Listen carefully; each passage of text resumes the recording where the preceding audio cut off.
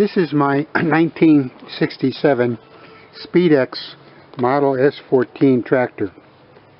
Last winter, figuring it's being 50 years old, it's about time I treat it to having a paint job. Now, when I got this tractor about 5 years ago, the original engine was nowhere in sight. But there was a brand new engine still in a box that came with it. That brand new engine was a model 221437. The type number is 4045-01, and code number is 93032210. So that makes it a 1993 engine. It's a 10 horsepower engine, which is bigger than the original engine. The air cleaner would not fit underneath the hood, so I had to make take a couple of pipe fittings and make a place for the air cleaner on the outside under the hood. Okay, one of the features of the engine is very simple in terms of its controls. It had a starter switch, which is foot operated. Unfortunately, when I got it, it was facing towards the outside of the tractor. So I had to make a little bracket so that when I go to start it, I could reach the starter with my foot. Okay, the other engine controls consist of the throttle, shown here, and a choke, which could be used for starting. I found I don't even really need it. Next to the choke is a little kill button. You just push the button to kill the magneto on the ignition, and that's all they are in the way of engine controls. So that's pretty simple.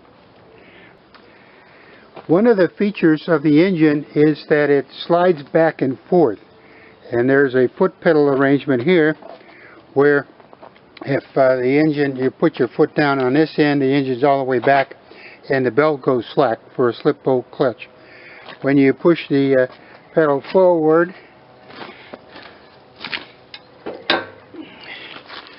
the engine hood and all goes forward and it takes the slack out of the belt, and so the engine is now engaged.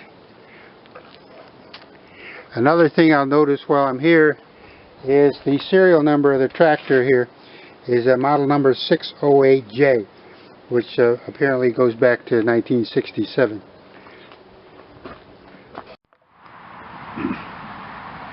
For the power output from the engine, we have two sheaves on it. The large one is outboard from the engine, and the smaller one is inboard from it.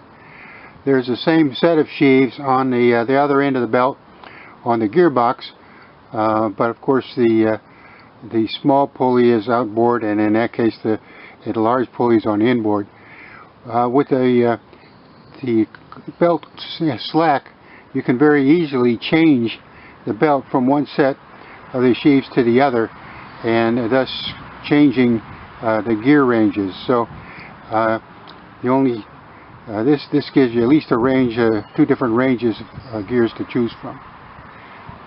Okay, at the other end of the belt, we have a gearbox, and there's the two sheaves I was talking about. The gearbox is currently in neutral position. If I move the shift lever back, the tractor goes in forward, back to neutral. If I move the gear shift forward, the tractor goes backwards. So this is a little bit backwards from my normal way of thinking, and so I have to think 2 or 3 times before I engage the tractor in something. Also notice there's grease fittings here. 1, 2, 3. There's 4 of them right there. There are Zerk fittings all over the tractor, very generously, including the steering column and many other places. So you can also see the chain down here, the chain drive going to the sprocket that goes to the gearbox on the rear axle. Okay, the actual brake device is a little bit of brake shoe material that when you move that foot pedal all the way toward the heel position, that brake shoe hits the drive wheel for this input gearbox. You can see that right in here.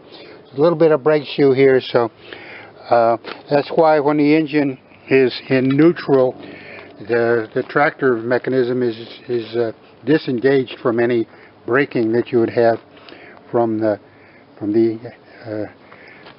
gearbox. The output of the gearbox is a chain. The chain drives to the rear axle. Okay, you can see here the chain drive between the gearbox and the rear axle. Hopefully you can see the chain.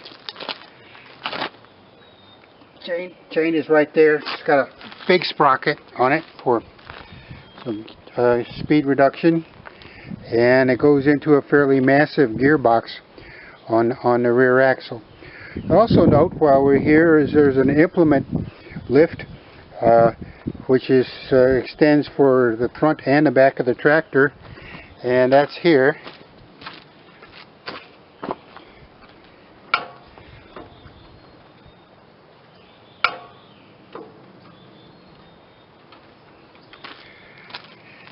I do have a dozer blade for a snowplow and a mower deck for it, so as I get some time I'll be restoring those. The tires are 6 by 16. Originally they weighed like 40 pounds with a rim and a tire. I loaded them with antifreeze from a local garage, a used automotive antifreeze, and they weigh 85 pounds each now. So that's how I loaded the tires. When I loaded the tire, I had the tire laying on the ground. The bead was still loose from the rim, and I had a clear plastic hose going up on top of my tailgate. I had a 5-gallon container of the used engine coolant and a little vacuum pump. So the first thing I did was suck the air out of the inner tube, and then I put a clamp on the tube and then hooked it up to the container on the tailgate and started to siphon. It might have taken an hour, but I was off doing other things while it was siphoning in, and it pretty well filled the whole tire by the time it got finished. One of the things I was concerned about is if the tire sits out in the sun, it's going to get hot, and the coolant is relatively uncompressible, but it's going to expand, and so we need to leave a pocket of air inside the inner tube to cushion any expansion in the tire. Also, I wanted to keep the tire pressure to a minimum, so I wanted to put about 5 pounds of air in the tire. One of the things I noticed is with the valve cores, the one with the black band on it, the long one, didn't really close when there was no pressure on the valve seat, whereas the one on the right, when there was no pressure on it, the internal spring would keep the valve closed. So 5 pounds of air is so close to nothing that I decided to be sure and put the shorter style of valve cores in. And after I did that, I put the air in the tires, and about 5 pounds, and assume that I have a sufficient reservoir of air in there to cushion any thermal expansion. Okay, the tire here is 50 years old, and it had a bunch of cracks in it, so I treated it to this product Armor All, and I was flabbergasted at how much of an improvement that did for the tires. I think it filled up a lot of the small cracks. Hopefully that'll help preserve the tire, and it actually makes them look, a lot better. So These are not new tires. These tires are 50 years old. Okay, another interesting tidbit. Some of the other Speedex tractors I've seen have a handle on top of the hood to unlatch the hood. This one does not have that handle at all, and instead it has a bracket here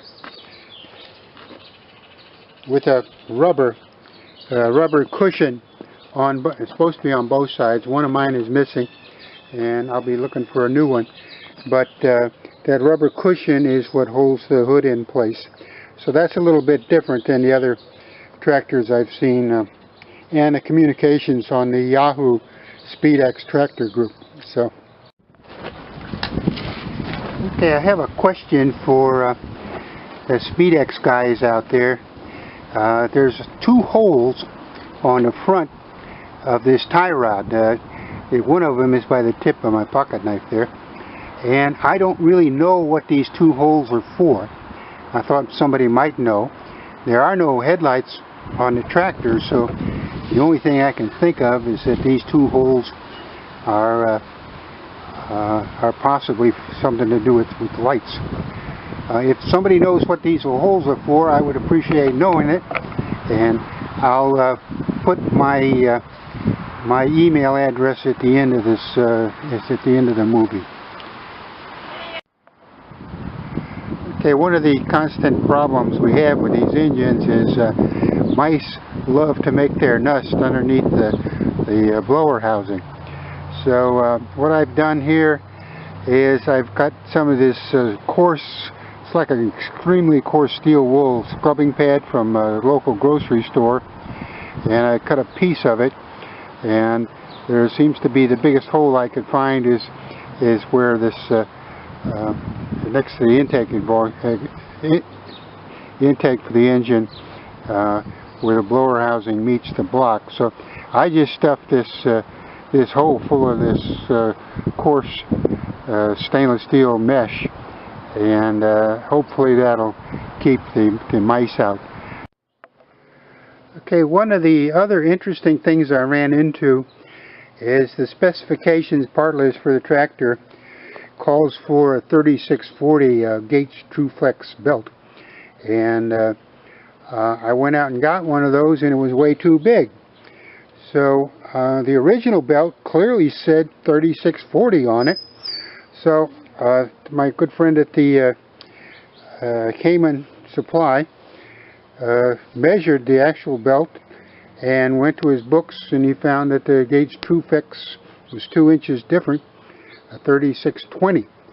So we wound up putting a 3620 belt on where there was originally a 3640.